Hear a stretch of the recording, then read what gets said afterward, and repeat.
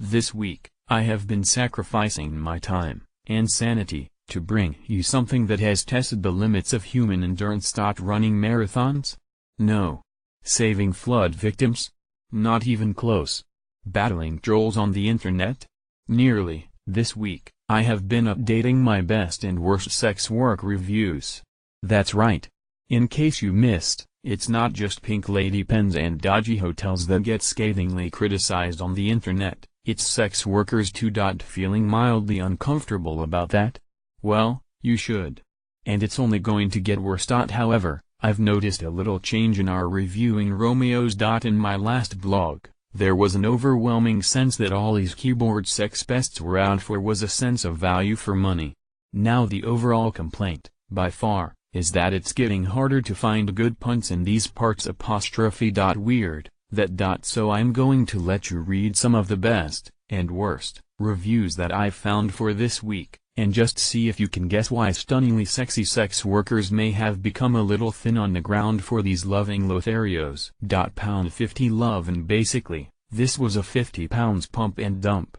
With 2 showers I probably got out in 20 minutes. Why would I give it a negative? Well, the whole experience just felt like a chore. I felt quite high afterwards, despite that this only set me back £50. Even though we did not click, or what the hell that even means, between punter and WG, working girl, there were also no service and I don't feel welcomed at all. Poor thing. Our first culprit left a negative review because he felt no click. Is that possibly because you only paid £50? Still, he got 2 showers out of it.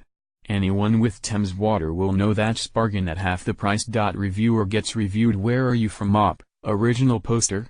I'm assuming not from the UK based on your spelling. In future, if you post reviews, it would be better to structure them properly rather than having them be a big unreadable ball of gunk. Other than that, thanks for the info. You are probably going to be treated with some suspicion based on some details regarding you and your review, but I'm not going to start anything. The reviewer's review. A reviewer. This is where it all starts to get meta. How many of us ladies have said, what I like in a man is someone who wants value for money in the bedroom, and literary skills when reviewing prostitutes? Oh yeah, none. Getting your money's worth? It was so bad I filled my pockets with toiletries on my walk out as I passed a housekeeping trolley just so I felt I hadn't been robbed. Lol, ironic, I know. But hey, 15 pens, 10 shampoos, 11 conditioners and 17 bars of soap make me feel a bit better. Lol, 15 mins £60. Freebies equals £55. Punt. This Romeo complained the pictures did not match the lady, which is where you can politely excuse yourself and walk away. He, however, decided to go through with the booking, and make up for it in £5 worth of tiny hotel shampoo bottles. And then complain about it afterwards. What a catch. Also an amateur. Every Friends fan knows you take the light bulbs, batteries and apples in reception.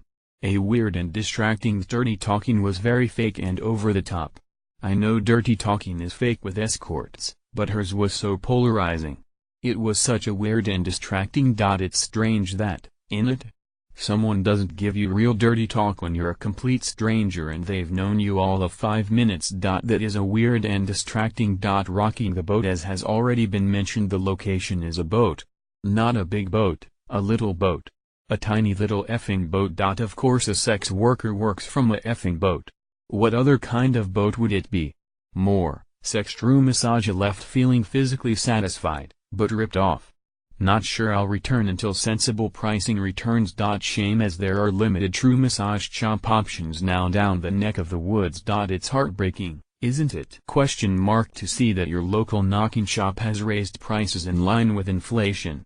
It's almost as if everyone else has grown tired of cheapskate attitudes and closed their doors, leaving you with very limited options. To chat or not to chat. The totally dire state of the availability of good talent in Brum continues, so I have been on the lookout for touring girls. She seems almost oblivious to the fact that I am standing there, now 20 minutes late whilst she is doing this. After a slow shower, to allow her time to get ready, I re-enter the bedroom. I have now been there nearly 15 minutes. Positives, she was friendly and very chatty. Negatives, too chatty. We all know there's a fine line between being friendly and chatty and too chatty. Bored Stiffy was pinning my hopes on the actual sex as I was a bit brassed off by now. I began by preparing her for some doggy-style ramming. She was loud as I slid my stiff dick in and out of her pussy, but she was a bit too slack for my liking. I wanted to try her in the missionary position so that I could say,